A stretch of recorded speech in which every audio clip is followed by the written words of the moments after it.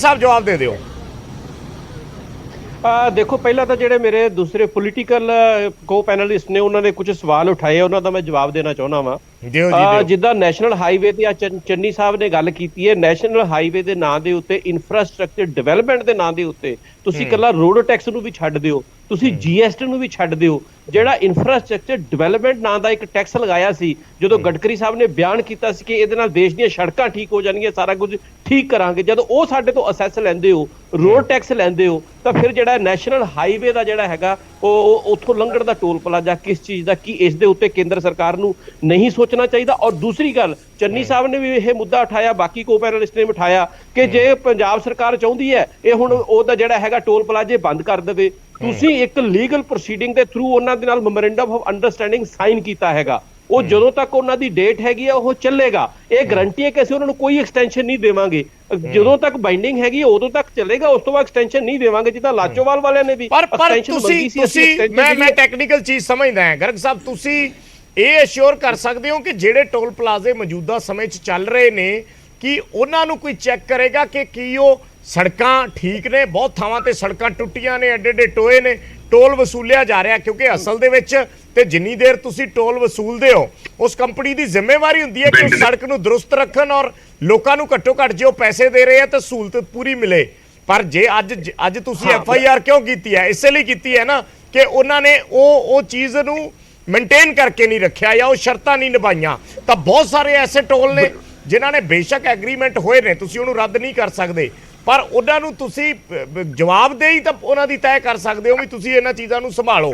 ਸਾਨੂੰ ਬਹੁਤ ਦਰਸ਼ਕਾਂ ਦੇ ਮੈਸੇਜ ਆਉਂਦੇ ਆ, ਮੈਂ ਇੱਕ ਇੱਕ ਕਰਕੇ ਦੱਸ ਨਹੀਂ ਸਕਦਾ ਕਿਹੜੇ ਕਿਹੜੇ ਟੋਲ ਪਲਾਜ਼ੇ ਨੇ ਜਿੱਥੇ ਸੜਕਾਂ ਟੁੱਟੀਆਂ ਪਈਆਂ ਨੇ, ਅਵਾਰਾ ਪਸ਼ੂ ਘੁੰਮਦੇ ਨੇ, ਕੋਈ ਪਰਵਾਹ ਨਹੀਂ ਕਰਦਾ। ਬਰਾੜ ਸਾਹਿਬ ਮੈਂ ਇਸੇ ਗੱਲ ਤੇ ਆ ਰਿਹਾ ਸੀ, ਤੁਹਾਡਾ ਜਿਹੜਾ ਕੁਐਸਚਨ ਬਿਲਕੁਲ ਵਾਜਬ ਹੈ। ਅੱਜ ਉੱਥੇ ਮੁੱਖ ਮੰਤਰੀ ਸਾਹਿਬ ਨੇ ਬਿਲਕੁਲ ਗੱਲ ਕਲੀਅਰ ਕੀਤੀ ਹੈਗੀ ਹੈ, ਜਿਹੜੇ ਟੋਲ ਪਲਾਜ਼ੇ ਨੇ ਇੱਕ ਤਾਂ ਸ਼ੋਰਟੀ ਇਹ ਦਿੱਤੀ ਹੈ ਕਿ ਉਹਨਾਂ ਨੂੰ ਐਕਸਟੈਂਸ਼ਨ ਨਹੀਂ ਮਿਲੇਗੀ, ਦੂਜੀ ਗੱਲ ਇਹ ਹੈਗੀ ਹੈ ਕਿ ਉਹਨਾਂ ਨੂੰ ਰੂਲ ਜਿਹੜਾ ਰੂਲਾਂ ਦੇ ਤਹਿਤ ਜਿਹੜੇ ਮੈਮੋਰੈਂਡਮ ਆਫ ਅੰਡਰਸਟੈਂਡਿੰਗ ਸਾਈਨ ਹੋਏ ਨੇ ਉਹ ਸਾਰੇ ਪੂਰੇ ਕਰਨੇ ਪੈਣਗੇ। ਉਹਨਾਂ ਤੇ ਸਾਡੀ ਪੈਣੀ ਅੱਖ ਹੈਗੀ ਹੈ, ਜੇਕਰ ਕੋਈ ਜਿਹੜਾ ਹੈਗਾ ਇਸ ਨੂੰ ਫੋਲੋ ਨਹੀਂ ਕਰੇਗਾ ਉਸ ਦੇ ਉੱਤੇ FIR ਵੀ ਹੋਏਗੀ ਔਰ ਬਲੈਕ ਲਿਸਟਡ ਵੀ ਹੋਏਗੀ ਉਹ ਪਾਰਟੀ। ਔਰ ਤੀਸਰੀ ਗੱਲ ਜਿਹੜੀ ਇਹਨਾਂ ਨੇ ਇੱਕ ਬਾਰ-ਬਾਰ ਉਠਾ ਰਹੇ ਨੇ ਕਿ ਟੋਲ ਪਲਾਜ਼ੇ ਦਾ ਜਦੋਂ 14 ਤਰੀਕ ਨੂੰ ਖਤਮ ਹੋ ਗਿਆ ਸੀ ਤੇ ਆਟੋਮੈਟਿਕਲੀ ਖਤਮ ਹੋ ਜਾਣਾ ਸੀ ਉਸਨੇ। ਨਹੀਂ ਜਨਾਬ, ਇਹਦਾ ਆਟੋਮੈਟਿਕਲੀ ਖਤਮ ਨਹੀਂ ਹੁੰਦਾ। ਜੇ ਆਟੋਮੈਟਿਕਲੀ ਖਤਮ ਹੋ ਗਿਆ ਹੁੰਦਾ ਤਾਂ ਕੁਰਾਲੀ ਵਾਲਾ, ਮੈਂ ਪਹਿਲਾਂ ਬਾਰ-ਬਾਰ ਕਹਿ ਕੇ ਹਟਿਆ, ਮੈਂ ਚੇਚੇ ਤੌਰ ਤੇ ਜ਼ੋਰ ਦਿੱਤਾ ਸੀ, ਕੁਰਾਲੀ ਵਾਲਾ ਟੋਲ ਪਲਾਜ਼ਾ ਇੰਨੇ ਸਾਲ ਕਿਵੇਂ ਚੱਲਦਾ ਰਿਹਾ ਬਿਨਾਂ ਕਿਸੇ ਪਰਮਿਸ਼ਨ ਤੋਂ? ਕਿਉਂ ਲੋਕਾਂ ਨੂੰ ਧਰਨੇ ਲਾਉਣੇ ਪਏ? ਕਿਉਂ ਅਦਾਲਤ ਦੀ ਯਾਨੀ ਕਿ ਦਖਲਅੰਦਾਜ਼ੀ ਤੋਂ ਬਾਅਦ ਉਹ ਬੰਦ ਹੋਇਆ? ਨੰਬਰ 1। ਨੰਬਰ 2, ਜੇਕਰ ਆਟੋਮੈਟਿਕਲੀ ਬੰਦ ਹੋਣਾ ਹੁੰਦਾ ਤੁਸੀਂ ਕਿਉਂ ਲਾਚੋਵਾਲ ਵਾਲੇ ਜਿਹੜਾ ਹੈਗਾ ਸੀ ਉਸਨੂੰ ਐਕਸਟੈਂਸ਼ਨ ਦਿੱਤੀ ਸੀ ਲਗਾਤਾਰ? ਆਟੋਮੈਟਿਕਲੀ ਬੰਦ ਹੋ ਗਿਆ ਸੀ, ਉਹਨਾਂ ਦਾ ਐਗਰੀਮੈਂਟ ਖਤਮ ਹੋ ਗਿਆ ਸੀ। ਔਰ ਉਹ ਸੜਕ ਜਿਹੜੀ ਉਹਨਾਂ ਨੇ ਬਣਾਈ ਵੀ ਨਹੀਂ ਸੀ, ਉਹ ਸੜਕ ਜਿਹਦੇ ਤੇ ਪੈਸਾ ਪੰਜਾਬ ਸਰਕਾਰ ਦਾ ਲੱਗਿਆ ਸੀ, ਉਸ ਦੇ ਬਾਵਜੂਦ ਤੁਸੀਂ ਉਹਨੂੰ 105 ਕਰੋੜ ਰੁਪਏ ਦਾ ਮੁਨਾਫਾ ਦੇਣ ਵਾਸਤੇ 15 ਸਾਲ ਦੀ ਕਮਾਈ ਕਰਨ ਵਾਸਤੇ ਖੁੱਲਾ ਛੱਡਤਾ। ਇਹਦੇ ਪਿੱਛੇ ਕੋਈ ਤਾਂ ਕਾਰਨ ਹੋਏਗਾ, ਲੋਕ ਗੁੰਮਰਾਹ ਨਹੀਂ ਹੁੰਦੇ, ਤੁਸੀਂ ਬੇਸ਼ੱਕ ਜਿੰਨੀ ਮਰਜ਼ੀ ਕੋਸ਼ਿਸ਼ ਕਰ ਲਓ। ਔਰ ਦੂਸਰੀ ਗੱਲ ਜਿਹੜੀ ਹੈਗੀ, ਜਿਸ ਤਰ੍ਹਾਂ ਪੰਦੇਰ ਸਾਹਿਬ ਨੇ ਆਖਿਆ ਕਿ ਜਿਹੜੀ ਆਮ ਆਦਮੀ ਪਾਰਟੀ ਦੀ ਪੰਜਾਬ ਦੀ ਸਰਕਾਰ ਹੈ, ਬਿਲਕੁਲ ਸਰ ਇਹ ਦੂਜੀਆਂ ਸਰਕਾਰਾਂ ਨਾਲੋਂ ਤੁਹਾਡੇ ਪ੍ਰਤੀ ਸਹਿਰਦ ਹੈਗਾ। ਇਸੇ ਕਾਰਨ ਸਾਡੇ ਬਹੁਤ ਸਾਰੇ ਮਸਲੇ, ਚਾਹੇ ਉਹ ਗੰਨਾ ਕਿਸਾਨਾਂ ਦਾ ਮੁੱਦਾ ਹੋਵੇ ਤੇ ਚਾਹੇ ਮੂੰਗੀ ਵਾਲਾ ਮੁੱਦਾ ਹੋਵੇ, ਚਾਹੇ ਜਿਹੜੀ ਕਿ ਝੋਨੇ ਦੀ ਸਿੱਧੀ ਬਿਜਾਈ ਦਾ ਮੁੱਦਾ ਹੋਵੇ, ਝੋਨੇ ਦੀ ਜਿਹੜੀ ਚੁਕਾਈ ਦਾ ਮੁੱਦਾ ਹੋਵੇ, ਪੈਸੇ ਨਾਲ ਨਾਲ ਦੇਣ ਦਾ ਮੁੱਦਾ ਹੋਵੇ, ਉਹ ਦੂਜੀਆਂ ਸਰਕਾਰਾਂ ਦੇ ਨਾਲੋਂ ਬਿਹਤਰ ਢੰਗ ਦੇ ਨਾਲ ਇਸਨੇ ਨਿਪਟਿਆ ਹੈਗਾ। ਔਰ 28 ਤਰੀਕ ਨੂੰ ਦੁਬਾਰਾ ਫੇਰ ਮੁੱਖ ਮੰਤਰੀ ਸਾਹਿਬ ਦੀ ਮੀਟਿੰਗ ਹੋ ਰਹੀ ਹੈ, ਉਹ ਜੇ ਕੋਈ ਇਹਨਾਂ ਦੀ ਕੋਈ ਇੱਕ ਅੱਧੀ ਮੰਗ ਰਹਿੰਦੀ ਵੀ ਆ ਪੰਜਾਬ ਦੇ ਨਾਲ ਸੰਬੰਧਿਤ ਜਿਹੜੀ ਹੈਗੀ ਉਹ ਬਿਲਕੁਲ ਹੱਲ ਹੋਏਗੀ। ਲੇਕਿਨ ਜਿਹੜਾ ਇਹਨਾਂ ਦੇ ਨਾਲ ਅਸੀਂ ਇਹਨਾਂ ਦੀ ਮੰਗਾਂ ਦੇ ਨਾਲ ਸਹਿਮਤ ਹਾਂ ਕਿ ਇੱਕ ਕਿਸਾਨ ਹੀ ਹੈ ਜਿਸ ਨੂੰ ਆਪਣੀ ਫਸਲ ਦੀ ਕੀਮਤ ਵੀ ਨਹੀਂ ਪਤਾ, ਉਹ ਫਸਲ ਬੀਜ ਰਿਹਾ, ਉਸ ਨੂੰ ਇਹ ਨਹੀਂ ਪਤਾ ਕਿ ਮੇਰੀ ਫਸਲ ਕਿੰਨੇ ਦੀ ਵਿਕੇਗੀ ਨਹੀਂ ਵਿਕੇਗੀ। ਇੱਕ ਦੁਕਾਨਦਾਰ ਹੈਗਾ, ਇੱਕ ਫੈਕਟਰੀ ਵਾਲਾ, ਉਸ ਨੂੰ ਪਤਾ ਉਸਨੇ ਕਿੰਨੇ ਦੀ ਵੇਚਣੀ ਹੈ। ਅਸੀਂ ਤੁਹਾਡੇ ਨਾਲ ਆਈਡੀਓਲੋਜੀਕਲੀ ਮੰਗਾਂ ਦੇ ਨਾਲ ਸਹਿਮਤ ਹਾਂ, ਤੁਹਾਡੇ ਨਾਲ ਹੈਗੇ ਆ। ਖੜਿਆਲ ਸਾਹਿਬ ਕੁਝ ਕਹਿਣਾ ਚਾਹ ਰਹੇ ਨਾਲ ਹੈਗੇ ਆ ਜੀ। ਖੜਿਆਲ ਸਾਹਿਬ ਮੈਨੂੰ ਸਰ ਗੱਲ ਕੰਪਲੀਟ ਕਰ ਲੈਂਦੇ ਹੋ ਸਰ, ਲੇਕਿਨ ਜਿਹੜੀ ਗੱਲ ਹੈ ਮੰਗਾਂ ਹੈਗੀਆਂ, ਇੱਕ ਮਿੰਟ ਸਰ ਮੈਨੂੰ ਗੱਲ ਤੇ ਕੰਪਲੀਟ ਕਰ ਲੈਂਦੇ ਹੋ। ਜਿਹੜੀ ਪੰਦੇਰ ਸਾਹਿਬ ਹੋ ਰਹੀ ਹੈ ਕਿਸਾਨਾਂ ਦੀਆਂ ਪੰਜਾਬ ਦੀਆਂ ਮੰਗਾਂ ਹੈਗੀਆਂ ਸੈਂਟਰ ਦੇ ਨਾਲ ਰਿਲੇਟਡ ਨੇ, ਬਿਲਕੁਲ ਅਸੀਂ ਵੀ ਇਹਨਾਂ ਦੀ ਮਦਦ ਕਰਾਂਗੇ, ਇਹਨਾਂ ਦੇ ਅੰਦੋਲਨ ਦੇ ਨਾਲ ਅਸੀਂ ਸਹਿਮਤ ਹੈਗੇ। ਚੰਗੀ ਗੱਲ ਇਹ ਹੈਗੀ ਹੈ ਇਸ ਵਾਰੀ ਇਹਨਾਂ ਨੇ ਜਿਸ ਤਰੀਕੇ ਨਾਲ ਪੁਰਾਣਾ ਉਸ ਤੋਂ ਕੁਝ ਸਿੱਖਿਆ ਹੈਗਾ, ਜੇ ਅੱਜ ਕੋਈ ਇਨਸੀਡੈਂਸ ਵਾਪਰਿਆ ਹੈਗਾ ਇਹ ਤੋਂ ਵੀ ਸਿੱਖਣ ਦੀ ਲੋੜ ਹੈਗੀ ਹੈ ਕਿ ਇਹਨਾਂ ਇਨਸੀਡੈਂਸਾਂ ਤੋਂ ਵੀ ਕਿਵੇਂ ਬਚਿਆ ਜਾਣਾ ਚਾਹੀਦਾ, ਕਿਉਂਕਿ ਲੋਕਤੰਤਰ ਦੇ ਵਿੱਚ ਜਿੱਥੇ ਬੰਦ ਕਰਵਾਇਆ ਸੀ ਉਹਨਾਂ ਨੇ 15 ਕਰਵਾਤੇ। ਸਰ ਮੇਰੀ ਗੱਲ ਸੁਣੋ ਨਾ, ਲੋਕਤੰਤਰ ਦੇ ਵਿੱਚ ਸਾਨੂੰ ਹੱਕ ਹੈ ਆਪਣਾ ਅੰਦੋਲਨ ਕਰਨ ਦਾ, ਬਿਲਕੁਲ ਹੱਕ ਹੈਗਾ, ਲੇਕਿਨ ਅੰਦੋਲਨ ਉਹੀ ਸਫਲ ਹੁੰਦਾ ਜਿਹਨੂੰ ਲੋਕਾਂ ਦੀ ਜਾਨੀ ਕਿ ਸਮਰਥਨ ਹਾਸਲ ਹੁੰਦਾ। ਤੇ ਪੰਦੇਰ ਸਾਹਿਬ ਨੂੰ ਮੈਂ ਇੱਕੋ ਹੀ ਬੇਨਤੀ ਕਰਾਂਗਾ ਕਿ ਤੁਸੀਂ ਵਧੀਆ ਕੀਤਾ ਕਿ ਲੋਕਾਂ ਦੀ ਜਿਹੜੀ ਆਵਾਜਾਈ ਨਹੀਂ ਰੁਕੀ, ਚੰਗੀ ਗੱਲ ਹੈ, ਲੋਕ ਖੁਸ਼ ਨੇ, ਪਰ ਜੇ ਅੱਜ ਮਾੜਾ ਜਿਹਾ ਕੋਈ ਇਨਸੀਡੈਂਟ ਵਾਪਰੇ ਇਹਦੇ ਬਾਰੇ ਵੀ ਸੋਚਣਾ ਚਾਹੀਦਾ, ਉਹ ਕਿੱਦਾਂ ਉਸ ਨੂੰ ਬਚਾ ਜਾ ਸਕਦਾ। ਠੀਕ ਹੈ, ਠੀਕ ਹੈ। ਖੜਿਆਲ ਸਾਹਿਬ ਆਪਣੀ ਗੱਲ 5 ਕਰੋੜ ਬਾਰੇ ਜੀ, ਉਹ 5 ਕਰੋੜ ਦਾ ਜਿਹੜਾ ਇਹਨਾਂ ਨੂੰ ਸਵਾਲ ਪੁੱਛਿਆ ਗਿਆ ਸੀਗਾ ਵੀ ਜਿਹੜੀ ਟੋਲ ਕੰਪਨੀ ਨੇ 5 ਕਰੋੜ ਰੁਪਏ ਕਮਾਇਆ ਜਦੋਂ ਦੀ ਆਮ ਆਦਮੀ ਪਾਰਟੀ ਆਈ ਹੈ 9 ਮਹੀਨਿਆਂ ਦੇ ਵਿੱਚ, ਉਹਦਾ ਕੀ ਗਰਗ ਸਾਹਿਬ? ਜੇ ਆਮ ਆਦਮੀ ਪਾਰਟੀ ਕਹਿ ਰਹੀ ਹੈ ਵੀ ਸਕੈਮ ਜਿਹੜੇ ਪੈਸੇ ਨਹੀਂ ਬਣਦੇ ਸੀ ਉਹਨਾਂ ਨੇ ਬਣਾਏ, FIR ਕਰਤੀ, ਤਾਂ ਆਪਦੀ ਅਕਾਊਂਟੇਬਿਲਿਟੀ ਕਿਉਂ ਛੱਡ ਰਹੇ ਹੋ? ਆਪਦੀ ਅਕਾਊਂਟੇਬਿਲਿਟੀ ਫਿਕਸ ਕਰੋ, ਆਪਦੇ ਆਪ ਤੇ ਪਰਚਾ ਦੋ, कोई केस इनिशिएट करवाओ, कोई सेट बनाओ, कोई कमीशन बनाओ। लेकिन आम आदमी पार्टी की आदत है to blow hot and cold at the same time. ठीक है बराड़ साहब, ये कह रहे हैं ਅਸੀਂ ਇਹਨਾਂ ਨੂੰ ਇਹ ਪਹਿਲਾਂ ਸਵਾਲ ਦਾ ਜਵਾਬ ਲੈ ਲਵਾਇਆ ਕਰੋ। ਮੈਂ ਲੈ ਲੈਣਾ ਫਿਰ ਮਿਕਸ ਹੋ ਜਾਊਗਾ। ਬਰਾੜ ਸਾਹਿਬ ਇਸੇ ਚ ਕੁਝ ਐਡ ਕਰਨਾ ਚਾਹ ਰਹੇ ਨੇ? ਇਕੱਠਾ ਹੀ ਦੇ ਦੇਣਗੇ ਪਹਿਲੀ।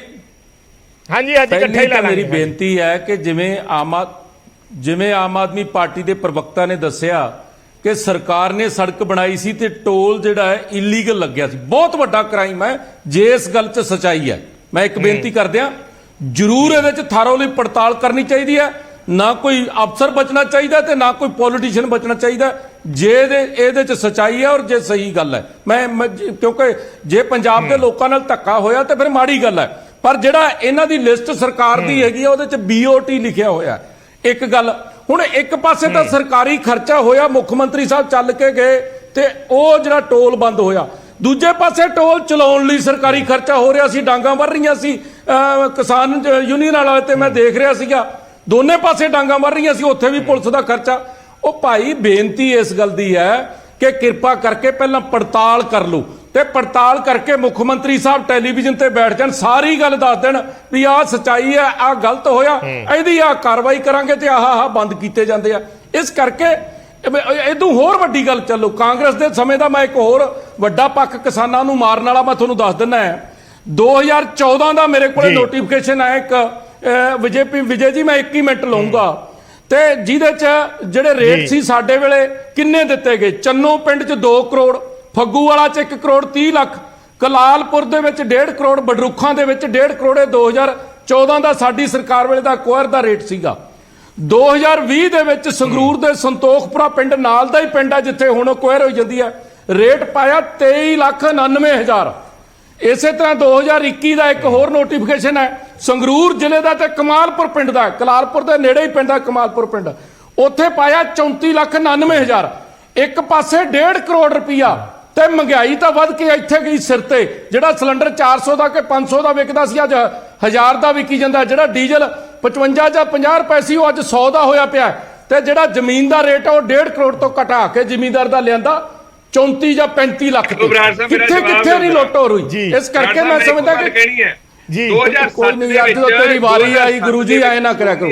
ਇੱਕ ਤਾਂ ਖੜਿਆਲ ਸਾਹਿਬ ਮੇਰੀ ਇੱਕ ਬੇਨਤੀ ਹੈ, ਇੱਕ ਬਰਾੜ ਸਾਹਿਬ ਸਾਰਿਆਂ ਨੂੰ ਕਹਿ ਦਿਓ ਜਦੋਂ ਵਾਰੀ ਆਉਂਦੀ ਆ ਉਦੋਂ ਬੋਲ ਲੈਣੇ, ਮੈਂ ਵਿੱਚ ਬੋਲਣ ਨਾ। ਜਦੋਂ ਤੁਹਾਡੀ ਸਰਕਾਰ ਬਣ ਗਈ ਖੜਿਆਲ ਸਾਹਿਬ, ਇੱਕ ਮੇਰੀ ਗੱਲ ਨਹੀਂ ਪੂਰੀ ਹੋਈ, ਮੇਰੀ ਗੱਲ ਨਹੀਂ ਪੂਰੀ ਹੋਈ, ਵਿੱਚ ਨਾ ਬੋਲੋ, ਵਿੱਚ ਨਾ ਬੋਲੋ, ਵਿੱਚ ਨਾ ਬੋਲੋ, ਵਿੱਚ ਨਾ ਬੋਲੋ ਨਾ, ਵਿੱਚ ਨਾ ਬੋਲੋ, ਵਿੱਚ ਨਾ ਬੋਲੋ ਨਾ ਯਾਰ, ਪਹਿਲਾਂ ਵਿੱਚ ਨਾ ਬੋਲੋ, ਵਿੱਚ ਬੋਲਣਾ ਬੰਦ ਕਰੋ। ਕੋਈ ਤਰੀਕਾ ਥੋੜਾ ਵਿਜੇਪਾਲ, ਜੇ ਇੱਕ ਬੰਦੇ ਦੀ ਗੱਲ ਪੂਰੀ ਨਹੀਂ ਹੋਣੀ ਤੁਸੀਂ ਪਹਿਲਾਂ ਹੀ ਦੂਜੇ ਨੂੰ ਬੁਲਾ ਰਹੇ ਹੋ, ਇਹਦਾ ਕੀ ਤਰੀਕਾ ਹੈ? ਡਿਬੇਟ ਹੈ ਕੋਈ ਸਵਾਲ ਪੁੱਛ ਰਿਹਾ? ਕਾਂਗਰਸ ਪਾਰਟੀ ਨੇ ਜਿੰਨਾ ਵੱਡਾ ਕਿਸਾਨਾਂ ਨਾਲ ਧੱਕਾ ਕੀਤਾ, ਜ਼ਮੀਨ ਅਕਵਾਇਰ ਦੇ ਵਿੱਚ ਜਿੰਨਾ ਵੱਡਾ ਕਾਂਗਰਸ ਨੇ ਕੀਤਾ, ਔਰ ਇਹ ਟੋਲ ਵੀ ਕਾਂਗਰਸ ਵੇਲੇ ਹੀ ਲੱਗਿਆ ਸੀ। ਗਲਤ ਲੱਗਿਆ ਕਿ ਠੀਕ ਲੱਗਿਆ ਕਿ ਇਹਦੀ ਪੜਤਾਲ ਹੋਣੀ ਚਾਹੀਦੀ ਹੈ।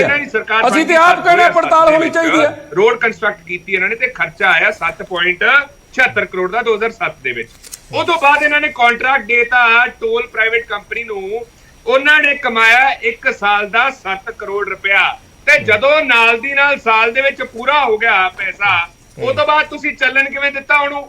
ਸ਼੍ਰੋਮਣੀ ਅਕਾਲੀ ਦਲ ਇਸ ਗੱਲ ਦਾ ਜਵਾਬ ਦੇਵੇ ਕਿ ਜਦੋਂ ਰੋਡ ਤੁਸੀਂ ਕੰਸਟਰਕਟ ਕੀਤੀ ਹੈ ਤੇ ਮੇਨਟੇਨੈਂਸ ਲਈ ਤੁਸੀਂ ਪ੍ਰਾਈਵੇਟ ਕੰਪਨੀ ਨੂੰ ਤੁਸੀਂ ਕੰਟਰੈਕਟ ਦੇ ਰਹੇ ਹੋ, ਉਹਨਾਂ ਦਾ ਪੈਸਾ ਪੂਰਾ ਹੋ ਗਿਆ ਸਾਲ ਦੇ ਵਿੱਚ, ਇਹ ਤੁਸੀਂ ਦੇ ਕੇ ਗਏ ਹੋ, ਤੁਹਾਡੇ ਸਮੇਂ ਦਾ ਹੈ, ਇਹ ਤੁਹਾਡੇ ਸਮੇਂ ਦਾ ਹੈ, ਸਾਡੇ ਦਾ ਨਹੀਂ ਹੈ। ਪੜਤਾਲ ਕਰੋ ਪਹਿਲਾਂ, ਪਤਾ ਲੱਗ ਜਾਏ ਤੁਹਾਨੂੰ। ਇਹ ਤੁਹਾਡੇ ਸਮੇਂ ਦਾ, ਇਹ ਤੁਹਾਡੇ ਸਮੇਂ ਦਾ, ਤੁਹਾਡੇ ਸਮੇਂ ਦਾ, ਤੁਹਾਡੇ ਸਮੇਂ ਦਾ ਵੀ ਤੁਸੀਂ ਇਹ ਕੰਟਰੈਕਟ ਕੋ ਦਿੱਤਾ। ਖੜਿਆਲ ਸਾਹਿਬ, ਯਾਨੀ ਇਹ ਕੁੱਲ ਵਿਜੇ ਮਿਲਾ ਕੇ ਕੀ ਹੋ ਰਿਹਾ ਸਮੇਂ ਦੇ ਵਿੱਚ ਕੀ ਹੋ ਰਿਹਾ ਇਹ ਸਵਾਲ ਤੇ ਫਿਰ ਠੀਕ ਹੈ ਕਿ ਪਿਛਲੇ ਸਮੇਂ ਦੇ ਵਿੱਚ ਗੜਬੜੀਆਂ ਹੋਈਆਂ ਨੇ, ਇਹ ਮੰਨਦੇ ਹੋ? ਤੇ ਮੈਂ ਕਹਿੰਦਾ ਵੀ ਪੜਤਾਲ ਹੋਣੀ ਚਾਹੀਦੀ ਹੈ, ਪਰ ਜਿੱਥੇ ਜ਼ਿਮੀਂਦਾਰਾਂ ਦਾ ਹੱਕ ਮਾਰਿਆ ਜਾ ਰਿਹਾ